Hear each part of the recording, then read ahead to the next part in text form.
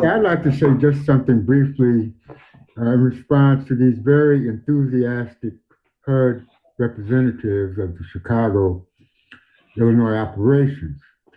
I think that we're at the ground zero of the potential of doing something really dynamic that not only if we could turn it into a best practice, would not only affect the Region 5, but it affect the other 10 regions and 77 major population centers in the country. Now, what am I saying? When they changed the regulations from 24 CFR 135 to 24 CFR 963,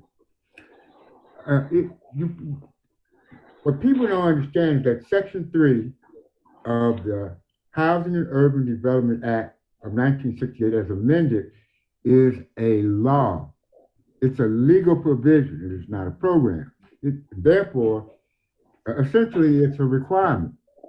And what I see happening here is I see the potential using television, reaching people where they are on their phones, on their radio. I think that CC News media could be very helpful relative to doing more outreach. Now, the Chicago Housing Authority does have one of the better operations, but they had a lot of practice, and they were also subject in 2013 to a consent decree by the General Accounting Office. So to that extent, I would just say that if we were able to do a series, for example, we can get a lot of people to watch it. So I'm just very optimistic about the potential of what we can do here. And I am very, very gung-ho on trying to help the department reach its goals, because I just happen to have been a person who worked in the department for 20 years, not only in the Illinois operations, but also at headquarters at 451 7th Street Southwest. So I kind of understand what happens at the top when you're told things. It's my discussions with people in the department, even recently, their problem is getting the local governments and the villages, townships, cities, counties, states, getting them going full blast to actually implement the program. So I think discussions like this are very useful.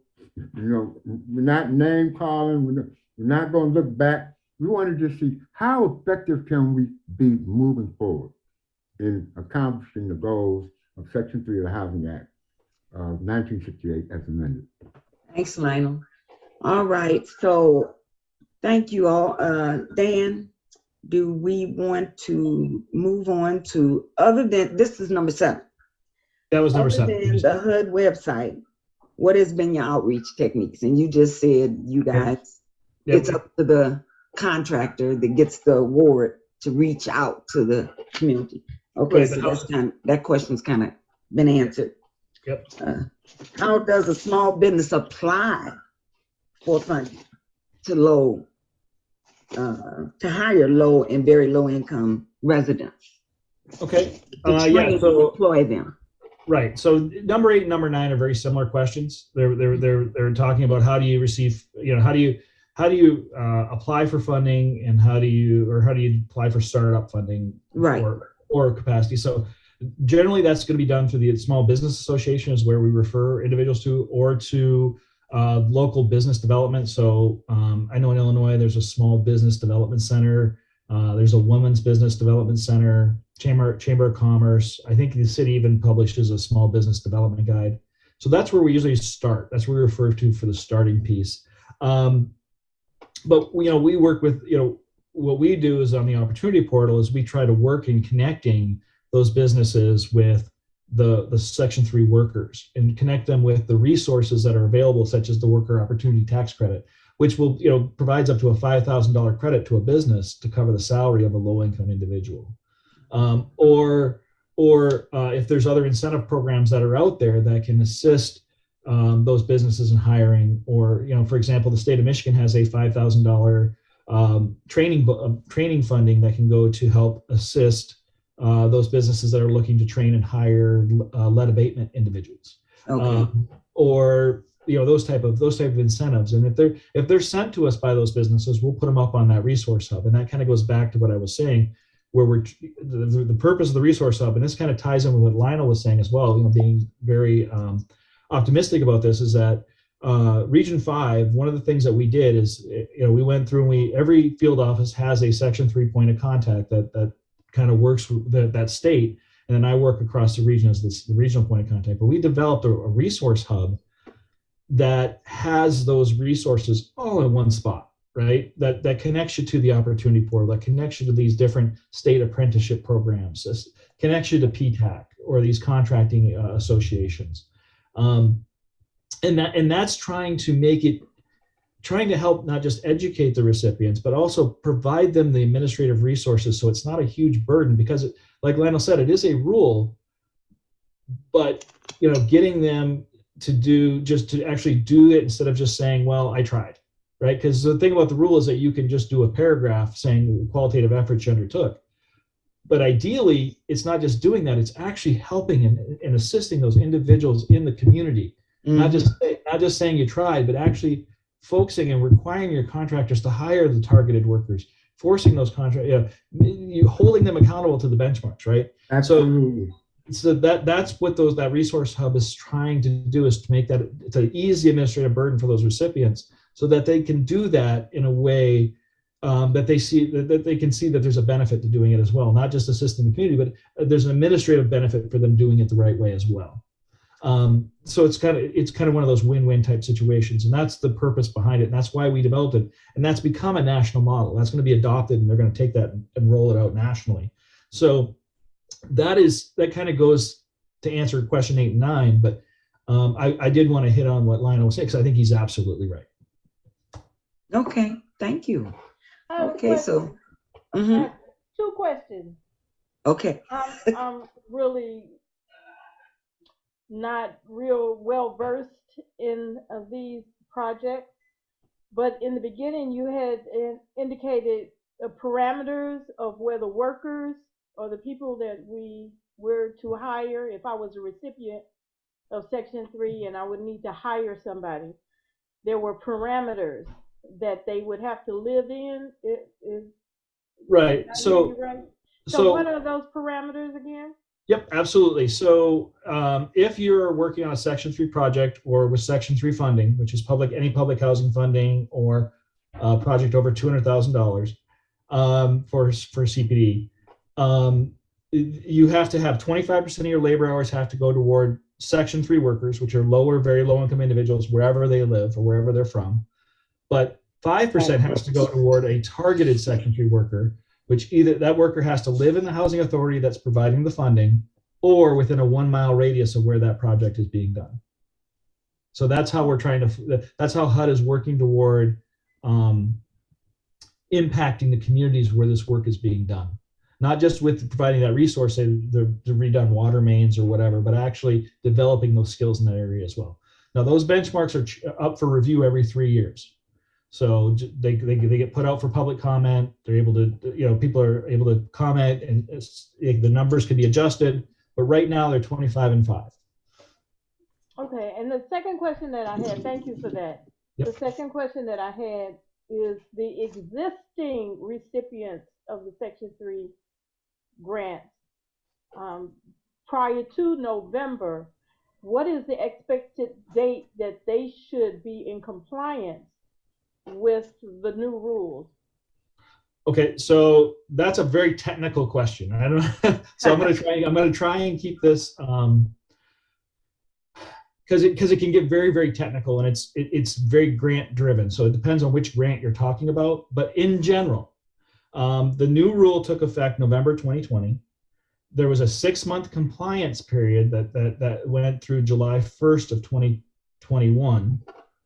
But the systems didn't get put in place to do the reporting until November of 2021 for CPD.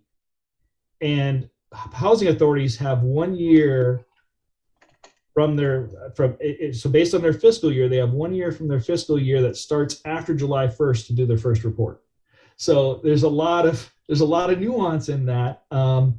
But essentially, we're looking at CPD is reporting on any commitments that occur now. It doesn't matter what year the grant was funded. So if they have a grant from 2000 through program income or whatever, if they commit that funding to a project today, they have to follow Section 3 as a new rule. Any public housing funding that's grant based. So anything if they do a contract for mowing the lawn, that has to follow Section 3 today. But they won't report on that till the end of their fiscal year. I think you're referring to the SARES report. The SARES reports? I'm sorry, say that again. I missed that. Are you referring to the SARES reports? Spears. Yeah, Spears is retired. It doesn't exist. That reporting, that's retired. Okay. CPD, so for like your housing and community development grants, they're reporting through their existing system. So they're reporting through IDIS, DRGR, a lot of acronyms that go into it's their reporting system. The Public Housing Authority will have their Section 3 reporting system that they'll report in at the end of their fiscal years. So it'll be a new system. I have a question for you, Dan. Yep. Or Nicole, because when you talked about the new rule, my thought was, would you say that the new rule simplified the process or made it a bit more complicated? Yes. A little of both. But ultimately it can simplify. If the community, first it made it a little bit more complex because it's a change. Anytime there's a change, it can be confusing and stressful for the individuals that are having the change done to them. However, it can be made administratively simple if the plan is done well. And what I mean by that is, and Nicole has heard me say this before, if the advantage of contracting with a Section 3 business is that all those workers in that business count toward the labor hours. So you don't have to look at each individual worker when you're doing your tally of your labor hours. And you can utilize your existing time and attendance systems. So you could just simply do a report saying, here's the number of hours we worked on this project, and that's your answer. That's the report. So administratively, it's much easier to do if you do your planning properly at the community level. And that's kind of what I've been trying to do when I do my outreach and my talk, when I do my briefings, or when I do my outreach and these things with the small business associations, I talk about that advantage of being a certified Section 3 business. It's a huge advantage when it comes time to report. And I'd like to follow up on when you talked about the 9,000 labor hours, how you broke that down. It seems to be very, very small number of labor hours from that 5%. Yes, it's not there yet. But again, that's just since November, and we haven't entered our building season yet. So, and we haven't received all of our reporting in yet. So I'm just, the only reason I brought those up is because they're very preliminary, but just letting you know that there are reports are starting to come in. But yes, that's a very low number. And I have reached out to CPD at our headquarters level to try to make sure that we are properly, and through our field policy and management, educating our CPD grantees on how to report, because I see there's errors in the report as well. So, but again, this is that transition phase, and when we're starting to build this, and like Lionel said, there's an opportunity here to get this done from the ground level. Mm-hmm. And just one more follow up. As I leave my house and I see all the construction going on the water mains, I don't see people that really look like me. Or if they do, they're holding the flag or they're security. And so how do we verify and clarify that percentage of that 25% and 5% that's on those projects? How do we investigate that? Right. So assuming that it's a CPD project, right? Because I don't know if all the funding, especially with the infrastructure bill going through and the DOT getting, Section 3 only applies to HUD funding. So I can't, but assuming that it's a HUD project, what you could do is contact because it's CDBG, it's probably the city of Chicago is the one that's doing the funding. you can contact them and ask them for their Section 3 reporting on that project. Because that, again, Okay. this is all done at the local level. We don't, by the time it gets to rolled up to HUD, the project's completed or near complete. So it's too late to make an impact at that point for us. Other than, we're trying to do it now at the beginning before the projects are implemented to educate the communities, to educate the recipients. But ultimately, like when you're driving by and seeing the work done, that's your proper person to contact there would be the local community. And Nicole, I don't know if you want to add anything to that. Okay. I would like to just say this. It would be nice, this is not a question, just a comment. It would really be nice. I raised this issue in Washington 2 months ago because now Section 3, you had low income, you had very low income, but now everything is changing because the numbers at low income are very, very high. In Chicago, the number for low income is $52,000. Recently, within the last few months, there's been a new category that's been created, but not by regulation. But there's been a new category of low income by the Department of Labor, and that's called extremely low income, which is $19,000 for one person. What I would like to see one day is for every county, every state, every city, every village, every township, every unincorporated area to be able to lay out what percentage of their total corporate budget is covered by Section 8, which means what HUD funds, whatever that might be for AIDS or for construction. And then the other, if we were able to do that, it would make it a lot easier for us to track.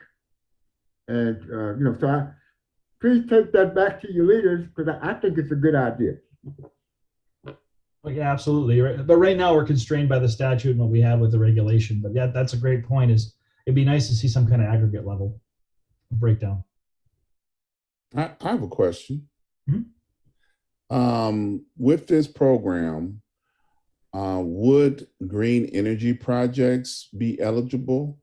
Like for, alternative energy, like what they've been on a government level have been putting or promoting, would you be able to use a green energy project and apply for funds and put people to work on green energy projects with this program? So Section 3 would apply if a housing authority were to say do a geothermal project with it to make one of their developments or buildings a geothermal heated through geothermal, which is a green project, then yes, Section 3 would apply to that. So it's not really tied to the type of project as to the source of funding. So yes, the answer is yes. If it's a CPD project, which is your community development block grant, home, housing trust fund, rural housing development, I mean, all those different project funding sources that fall under our housing and community development and your public housing operating capital funding. So that was a long way to say yes. Okay, so basically the funnel for projects to be funded would have to come through a Chicago housing funding project, basically is what I'm hearing. That's one way. It could be through it could be a Small. the city of Chicago could have a community development block grant project. It could be a home which are dispensed through the city, Right, so. yeah. So like say for instance, we have like suburban areas in Chicago and I'm sure Nicole can probably help with this. Like say for instance, the county is a funding agent for a lot of grant projects or putting projects together. They put A with B and C and D and all of those things.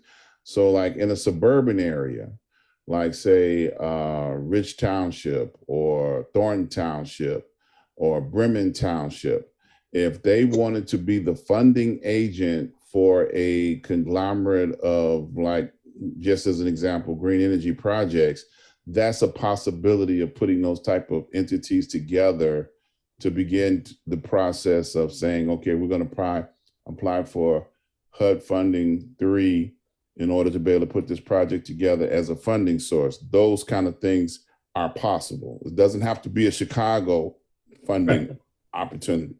Correct. And a couple points on that. I think that's because you triggered something. You triggered a thing in my head. So one is that good or bad? Yeah, good. No, good. Things that I missed in that I should have put in the notes. So it's good. I'm glad this is good. So one, the resource hub has a layer or map that shows all the recipients, the main Section 3 recipients. So if you want to know who is providing CDBG in your area, you can go into that map, zoom in, and it'll have a point of contact for you to contact them. So that's in the resource hub, because the goal there was to connect businesses with those funding sources. But to your other point, it provided what you're talking about sounds like a housing and community development rehab type project or community development project. So that would, as long as it had over $200,000 in HCD or HUD community development funding, Section 3 would apply. Okay. It would be a requirement.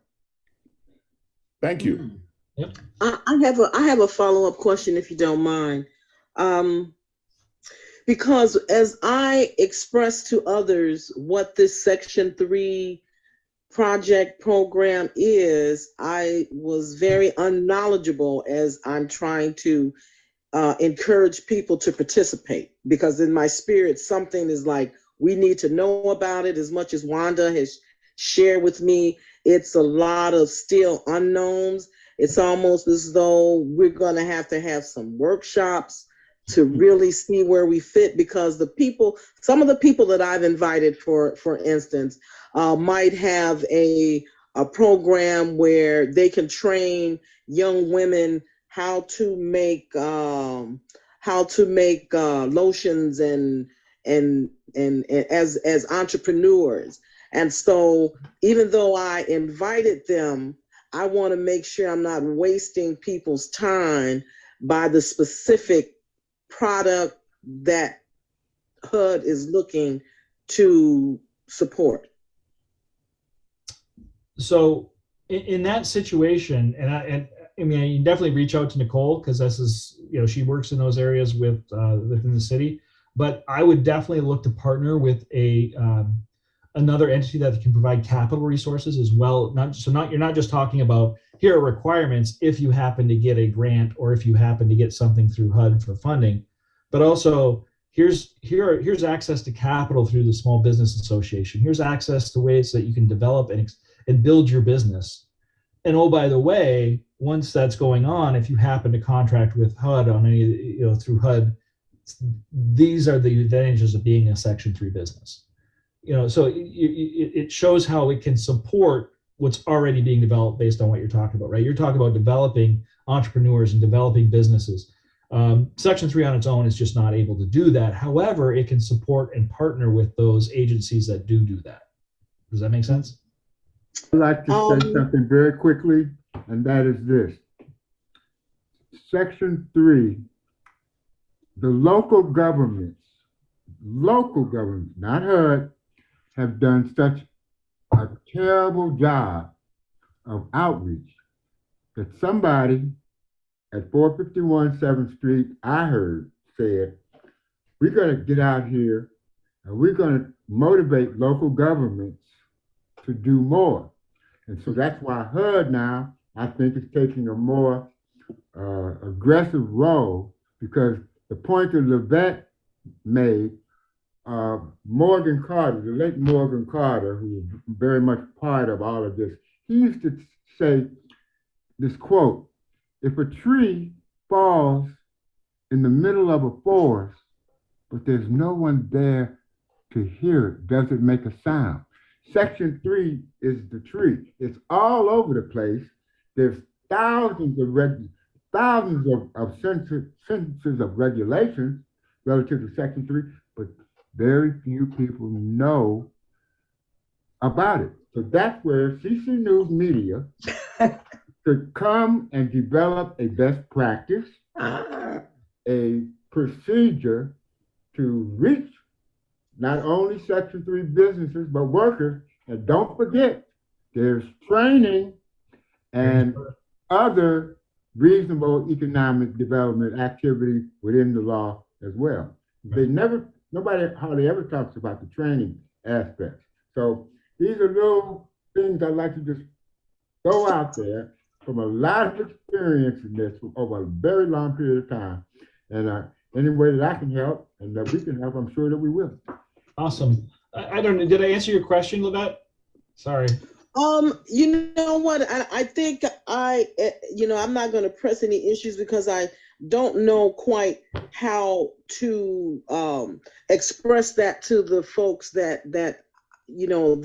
are interested.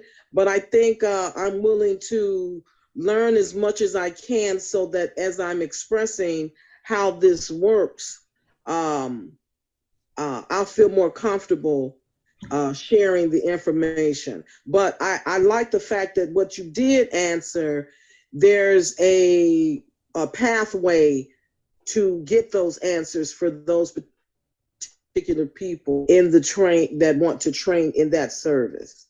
Right, absolutely. You utilize the resource hub, and I develop that, and I control what goes on that resource hub. So if you have questions or thoughts, or if there's other resources that you know of that you'd like to see on there, just shoot Nicole an email, and the whole intent behind that, every state had a tailored page of resources that were targeted and unique to those individual communities.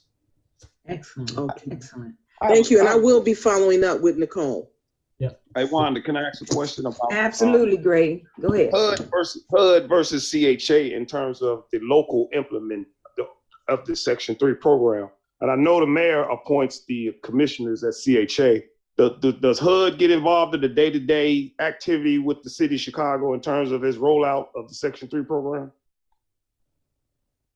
I don't know, Nicole, did you want to take that one? Yes, the day-to-day, no.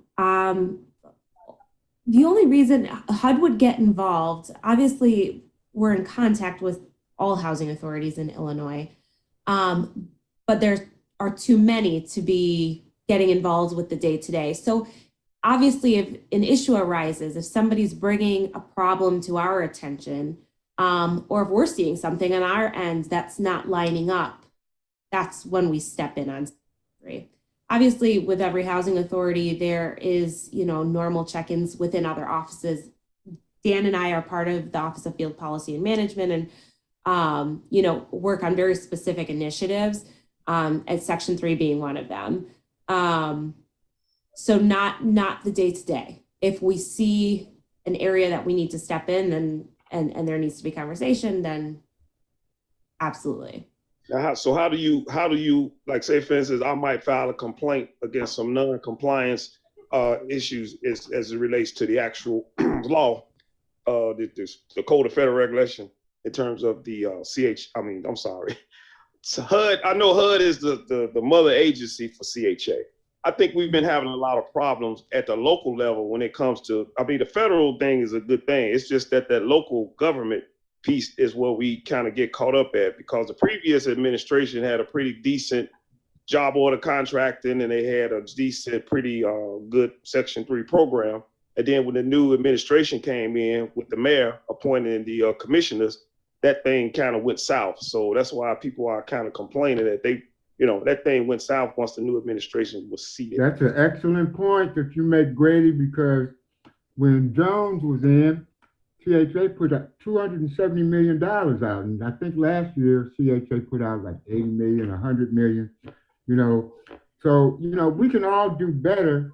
And this is what the Honorable Secretary Maria L. Fudge has worked to get more HUD staff, has worked to get more travel money, has worked to do everything, because what happens is you have, let's say, 77 field offices, 10 regions, and it's impossible when you don't have the staff to go out and do management reviews and take a look if they're compliant or not. Well, now, with all of this money that's been in the till and in the pipeline, I expect that, some really good things could happen. That's what I know. So to I guess come in a little bit on what Nicole was talking about, if you're having just to kind of, because I think you're hitting on a good point, Grady, where you're talking about the how things flow, especially when you're talking about a Section 3 complaint. So if you go to the resource hub, there's a email that section3@hud.gov. That's where you can send any complaint. You can send that information. FPM, which is Field Policy Management, which is where Nicole and I belong. We're responsible for the technical assistance, the outreach, basically working with the communities on secretarial initiatives on education. The program area, so public housing is actually responsible for the compliance piece of Section 3. We'll review and assist them, but they have their own management specialists that are responsible for writing up findings and management reviews and those type of things, and we can assist them. So, but that Section 3@HUD.gov, if it's a Section 3 issue, that's where you'd want to send it, and then that we would make sure it got to the right place within HUD, because that could be a challenge in and of itself, is just figuring out where does this go, right? Because HUD is not a simple organization. Thank you, Dan. Thank you, Nicole. We're at the close of our show. You all have been wonderful. We're going to be inviting you back because there are so many more questions. I can just hear it in the folks' ears. Thank you, ladies and gentlemen, for participating. Thank you, CCN crew. I appreciate you all. And we'll be calling you, Dan. We'll be calling you, Nicole. Thanks again. Everybody have a great night. Thank you. You too. Good night.